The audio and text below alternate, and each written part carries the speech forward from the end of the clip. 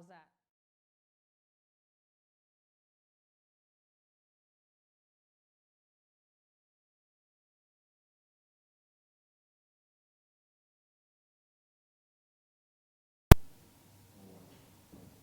Welcome to worship at Browns Point United Methodist Church. We're so glad that you have joined us. I want to share with you a couple announcements. First, we are so blessed to have Melissa Bortnick, who is a seminary student at Seattle Pacific University and a candidate for ministry, bringing the word this morning. So will you join with me in praying for her as she prepares to bring the word? Also, we are excited. On October 24th, we will be together in the sanctuary for worship. Because we're going to be in person together for the first time, there are some new requirements in order to accommodate our COVID precautions. First, you're going to be invited and sent a link through your email to sign up for worship. There are two worshiping opportunities on Sunday mornings. The first is at 8:30 in the morning and 10 o'clock a.m. When you sign up for worship, you're going to pick the date and the time of the worship service you would like to attend. Should there be any problems, meaning that the service is fully booked with reservations, you will get an email confirming that you need to sign up for a different worship service. Because of COVID-19, our restrictions are the following. We have a limited amount of seating in the sanctuary due to our practice of 6 feet of social distancing. The second thing that is happening is everyone will be required to still wear a mask like we did outside, and there is no singing in the sanctuary other than by a soloist. So that means that during the hymns, we will all get to hum together the hymns. It's a little different. It might feel a little strange, but we're going to enjoy the music together and still hear the words. So we are excited to welcome you back. We're preparing to get the place all set up. So when you come in, it might feel a little different and look a little different, but that's to ensure that everyone stays safe. We're also actively working on purchasing air purifiers to make sure that the air exchange in our building is safe for you as well. So please join us as we prepare and prepare to welcome you back to in-person worship. Again, 8:30 and 10 o'clock. Please don't forget to RSVP. All right, let us now center ourselves to worship God, who loves us, who is with us, who cares for us.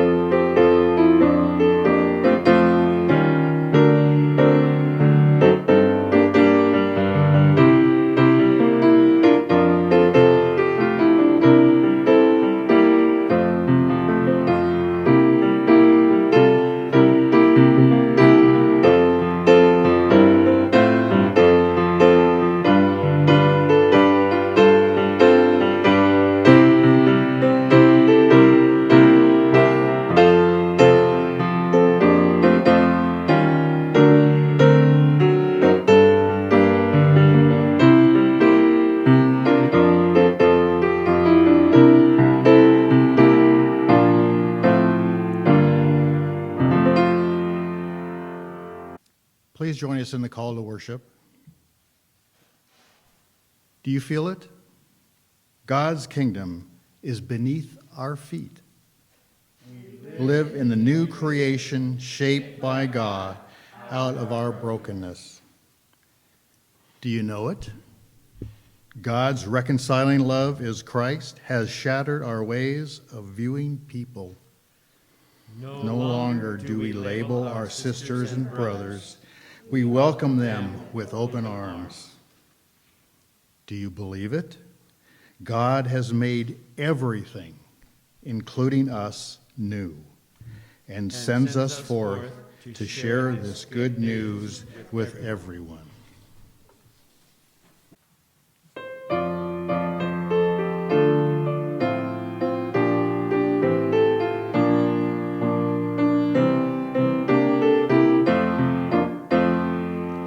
I come with joy to meet my Lord, forgiven, loved,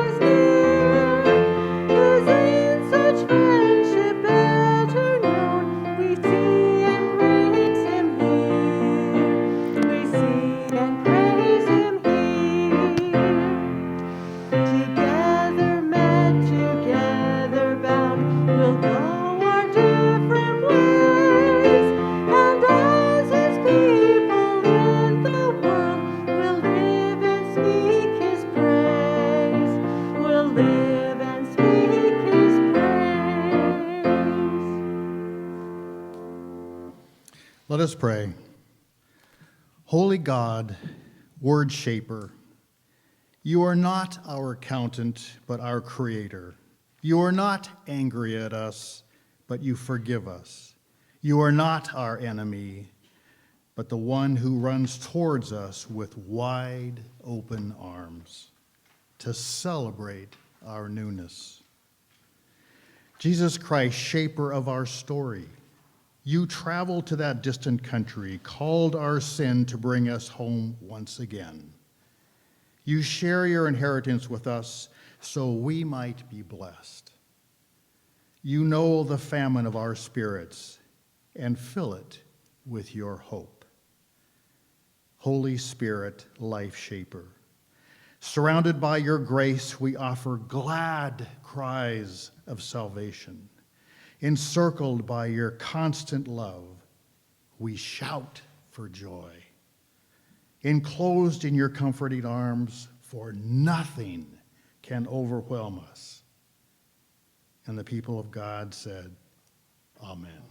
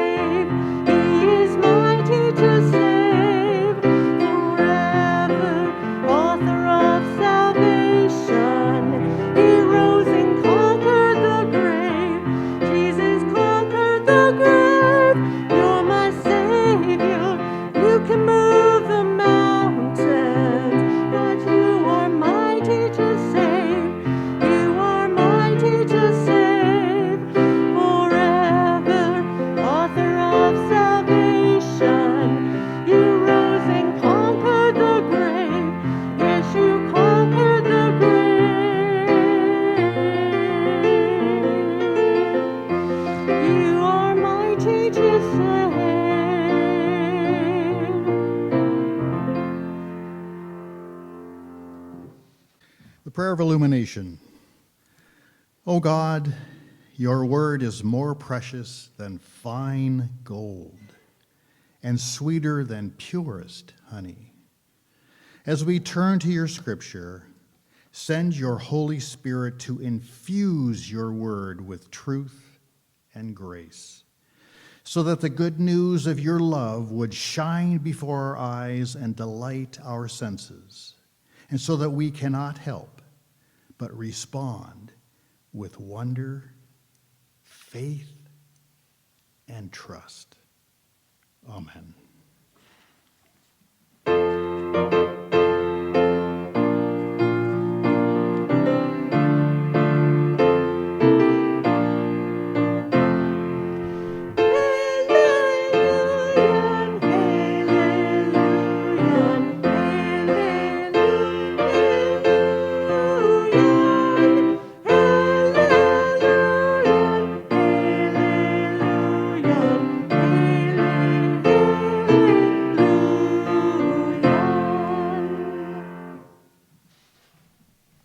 Jesus said, a certain man had 2 sons. The younger son said to his father, "Father, give me my share of the inheritance." Then the father divided his estate between them. Soon after, this younger son gathered everything together and took a trip to a land far away. There, he wasted his wealth through extravagant living. When he had used up his resources, a severe food shortage arose in the country, and he began to be in need. He hired himself out to one of the citizens of that country, who sent him into the fields to feed pigs.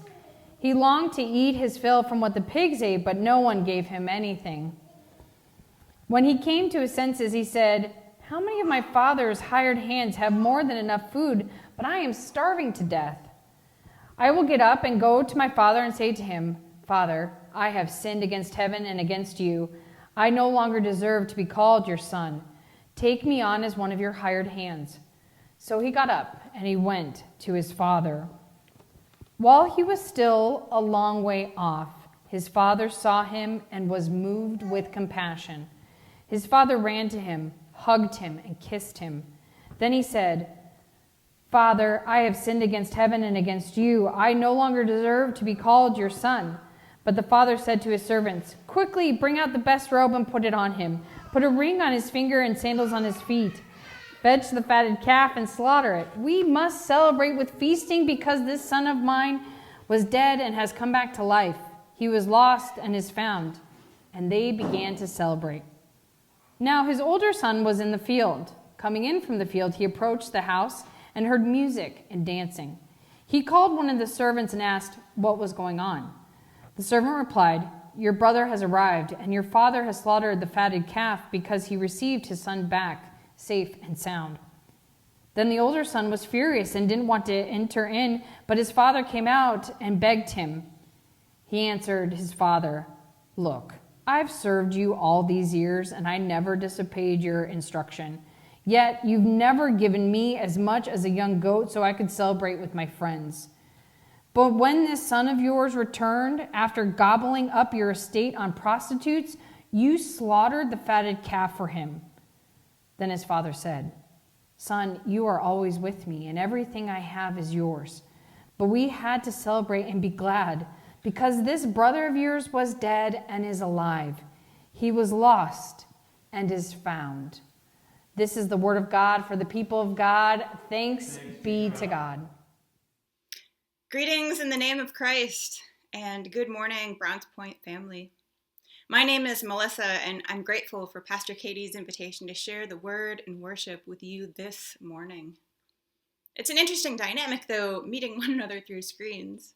As a preacher, I'd much rather be in person with you, and especially as a guest preacher, I'm lifting up my desire to connect with you, yet also naming my great faith that God has already brought us together and connects us in ways that exceed our imaginations. So won't you pray with me? God, as the scripture is read and your word is proclaimed, help all of us to hear with great, great joy the message you would have us hear today. Amen. So as a seminary student, I've developed an interesting habit of criticizing the Bible. And I don't mean developing my exegetical prowess necessarily. I mean critical of the ways humans have numbered and named and presented different sections of the Bible supposedly so we can follow along more easily and not get lost. Yes, the good news is God's news, but sometimes the headlines we humans have attached to Jesus' stories are a bit misleading. One example of what I'm talking about is our text for this morning, commonly titled in many New Testament translations as the parable of the prodigal son. Now, if I had to guess, I'd bet you've heard the story a few times. You know the characters, and you have a general idea of how it goes. Jesus is hanging out with some tax collectors and sinners, and the Pharisees are critical of his weird behavior. So Jesus starts telling them some stories about sheep and coins and lost sons. And this makes sense to me because back then, just like today, talk about your livestock or your money or your family, that was sure to capture attention. I do appreciate how some Bibles use the title Parable of the Lost Son instead of the prodigal son, because it's easier to remember. Lost sheep, lost coin, lost son. But even this headline doesn't really capture the point of this story. I know there's a father and there's two sons, so now I'm confused. Which son is lost? Now, I'm not the one who names sections of scripture in Bibles, but if I had this job, I would emphasize the plurality of the lostness. I'd rename Luke 15:11-32 the parable of the lost sons. Because in this story, both sons are in danger of being lost, and both are invited by the Father to celebrate being found. So let's take a look at what we see here. There is a younger son who asks very inappropriately to take all of his inheritance from his father while his father is still living, and presumably sells all of his share of the ancestral land, which Jews considered being God's gifts to their families. And then this guy runs off to Partyville and wastes everything until he's destitute. He feels really badly about all of this, and he comes running back home to his dad to say that he's sorry. And then there's his dad, who misses his younger son and is so completely overjoyed when his boy comes back that it's like nothing ever happened to damage their relationship. And he hosts a celebration. We might identify with the younger son. After all, we are so much like him when we've done something we realize was wrong, and we're embarrassed, and we want to apologize to make everything better. And probably we can identify with the father because we can also be so much like him. When we love someone so much, we just want to forgive to make everything better. We might empathize with the younger son and the father because we know that desire to rest safely in a place where we know that we belong, where we can feel the physical and the emotional sensation of being at home together with each other and at home with God.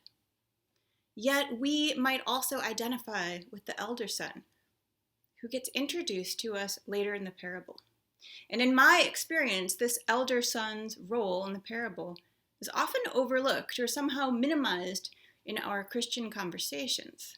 So I want to poke at this part of the text a little bit more this morning. When we read in the NIV translation, the NIV introduces this character with the word meanwhile in 1525 to indicate that this guy has been here all along, just kind of hanging out in the background, taking in the story right along with us. And in fact, I relate to this elder son so much that I can imagine sitting right next to him, as if he's leaning over and he's asking me, "Are you seeing this? My dad just threw a party for my dumb brother. What the heck is going on?" I totally feel his anger and his frustration, and I want to stomp out of the room with him.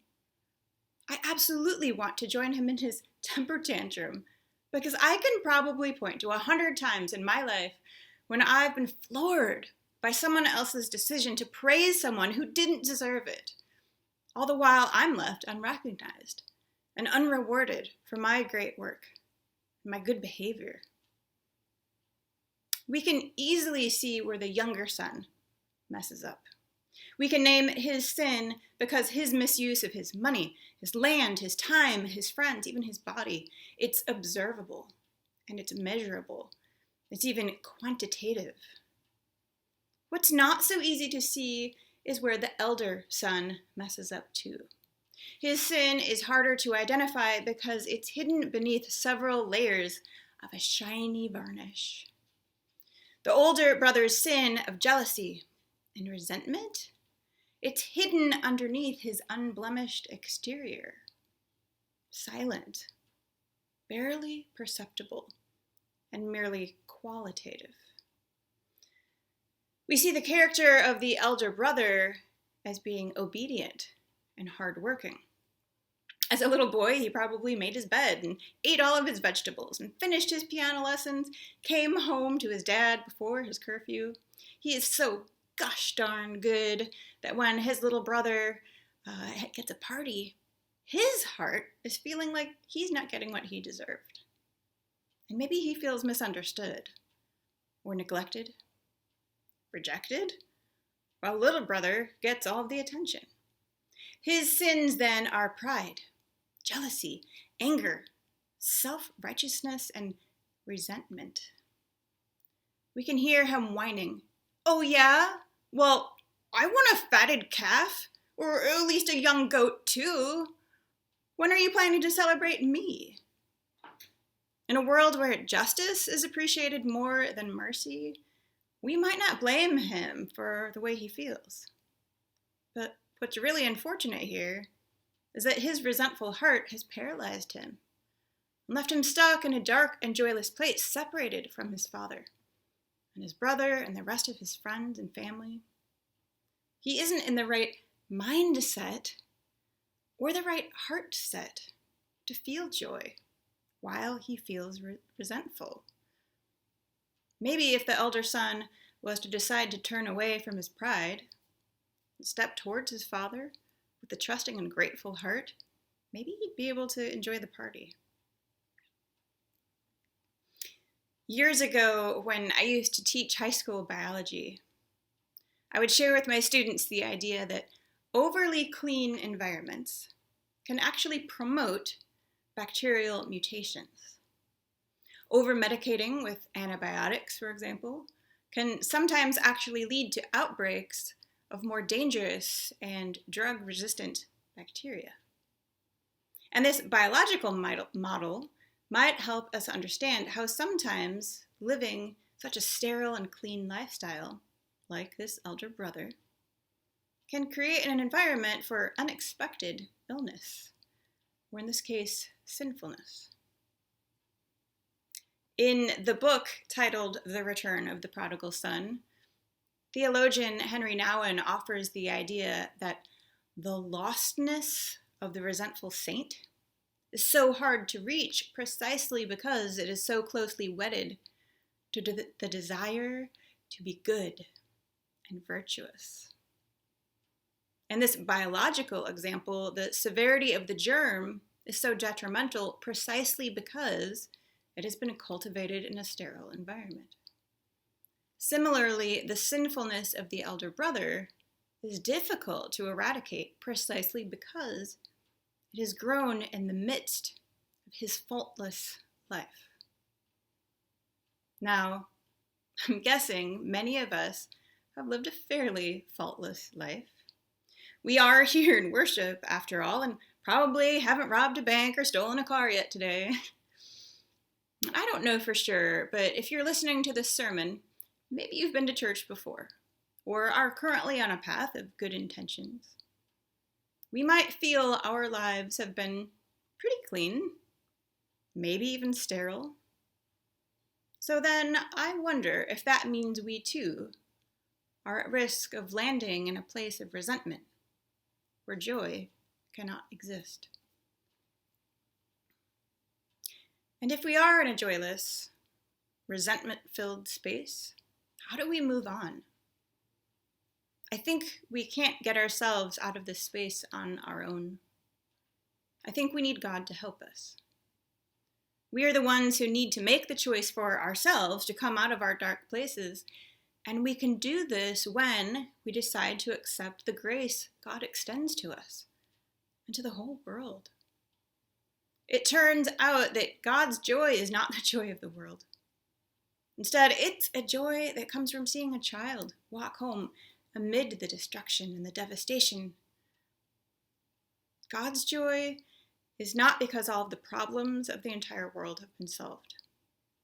Not because every single human pain and every suffering have come to an end, but because one who was lost is found. Now, when it reminds us there's so much rejection and pain and woundedness among us, but once you claim the joy hidden in the midst of suffering, life becomes celebration. Luke 15 begins with a complaint by the Pharisees over Jesus' willingness to eat with sinners. And now Luke 15 ends with the Father inviting both sinful sons to the restoration and celebration of this grace-filled relationship. Jesus confronts the Pharisees and scribes with the Father's example of grace, offered to both the younger and the elder son. In this text, Jesus is reminding us of God's grace and all-forgiving love offered to all sinners. Sinners who make some pretty obvious bad choices in life, and also those of us who might sin in ways less obvious to the rest of our communities. The story shows us that we can return to God, our Father, when we are lost in the prodigality of the pleasures of this world, but also when we are lost in the indulgences of our own resentments. It's not only the younger son who needs to be invited to return, it's also the elder son who needs to be found and led, invited, reassured back into a place of joy. And to accomplish this, the Father does something astonishing. He shifts the attention away from either son. He invites them both. Yet the party isn't really for either one of them. The party is the celebration of the Father's love for his children. A celebration of God's love for all of God's creation. It's interesting, though, that we're left with a cliffhanger. The parable ends before we find out if the elder brother accepts his father's invitation to join the party. This parable ends, and it's a bit like one of those choose-your-own-adventure books that we read in kindergarten. Will the son stay mad and stay outside, alone in the dark, huffing and grumbling in his lonely indignation? Or will he choose to set aside his resentment and come inside, where he can commune with others in the light, singing and dancing in shared joy? I wonder which ending you would choose for him. I wonder which ending you would choose for yourself. But much more importantly, which ending has God already chosen for all of us? The party is happening. The table is set, and we are all invited. So come, set aside your resentments and celebrate. Amen and amen.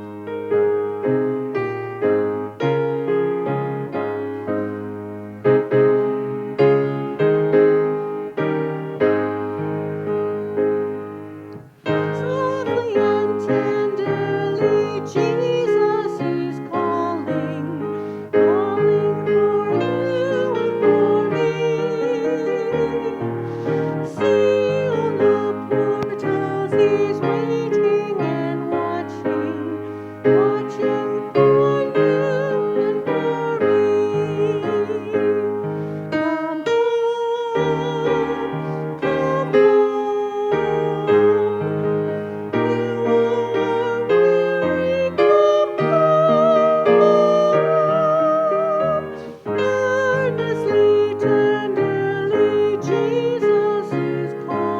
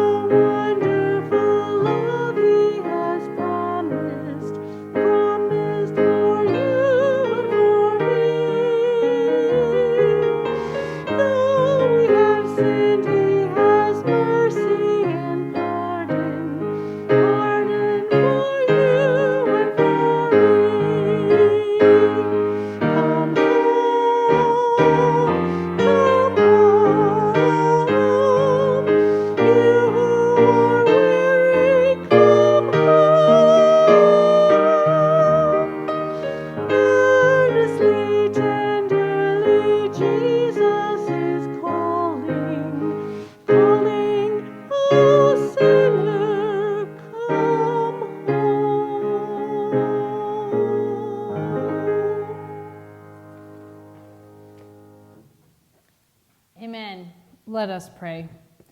Gracious and holy God, we feel this story that your son told, the story of jealousy, the story of unimaginable grace and mercy, the story of profound forgiveness. But Lord, we confess that we still choose jealousy when it comes to loving our brother or sister, family or not, jealousy between neighbors, jealousy between our fellow human beings. And so, God, we lay this jealousy that we have down, praying, Lord, in your mercy, hear our prayer. Gracious and holy God, to know that we are loved, that we have a Creator that looks out for us, who runs to us with open arms. No matter what we've done in our lives, how we've messed up, we are overcome. We are overwhelmed by the depth and breadth of your love for us. We would rather rationalize whether or not we deserve it, but here you are freely offering it to us. It is a gift, and we must receive it. Lord, in your mercy, hear our prayer. Gracious God, we pray for all who are in need of your healing this day, especially Carol Novotny, David Warren, Julie Feezer, Diane McQueen, Todd Peterson, and Roy Falconer, and for all who are battling illnesses and long for freedom and liberation from them. We pray to the Lord, Lord, in your mercy, hear our prayer. God, we pray for the end of COVID-19. We're grateful that the numbers are dropping, Lord, but we still lament each and every person who has died from this illness. We lament the burnout our healthcare workers are experiencing. Help us, O Lord. Lord, in your mercy, hear our prayer. God, we know that this has been a very difficult season in our lives, and we have all struggled in one way or another. We pray for those who are struggling financially, for those who are looking for new jobs, for those who need support and help from their fellow human being, for those who are struggling with anxiety and depression. We lift them all up to you. Lord, in your mercy, hear our prayer. God, we take this moment to name the prayers that we have on our hearts before you.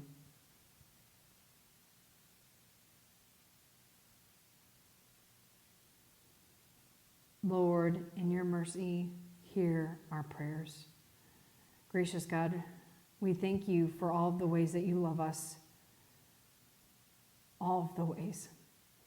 As we join together as one body and one voice, saying the prayer your Son taught us to pray. Our Father, who art in heaven, hallowed be thy name. Thy kingdom come, thy will be done, on earth as it is in heaven. Give us this day our daily bread, and forgive us our trespasses, as we forgive those who trespass against us. And lead us not into temptation, but deliver us from evil. For thine is the kingdom, and the power, and the glory forever. Amen. At this time, we invite you to give and bring your offering to the Lord, knowing that God blesses us with all of the good gifts that we have in our lives. We give because God first gave to us, and we give because we know the depth of God's love in our lives, so that we can share that love with others. For we want to be the hands and feet of Christ in our community and in our world. So let us now give generously.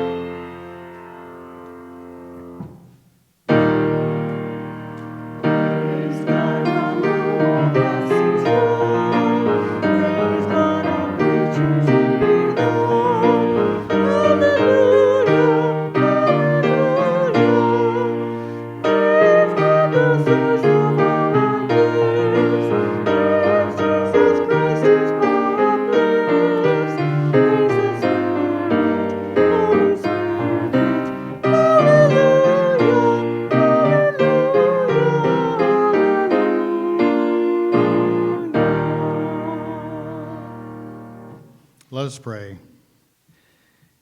May we not be like the older brother, grumbling and resentful of your generosity, nor may we be like the younger brother who squandered all your gifts with our self-indulgence.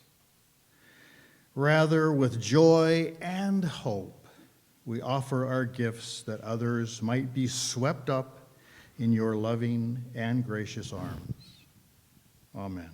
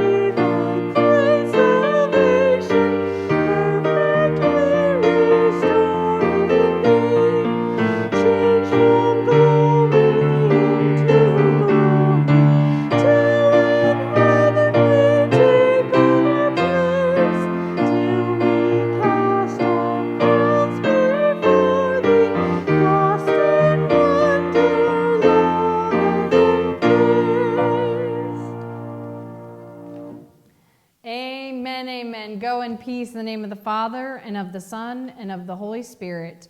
And may we remember that both sons don't have to be lost because they have a Father that loves them no matter what. And remember, you don't have to be lost either because you are found in the loving arms of God. And the people of God said, Amen.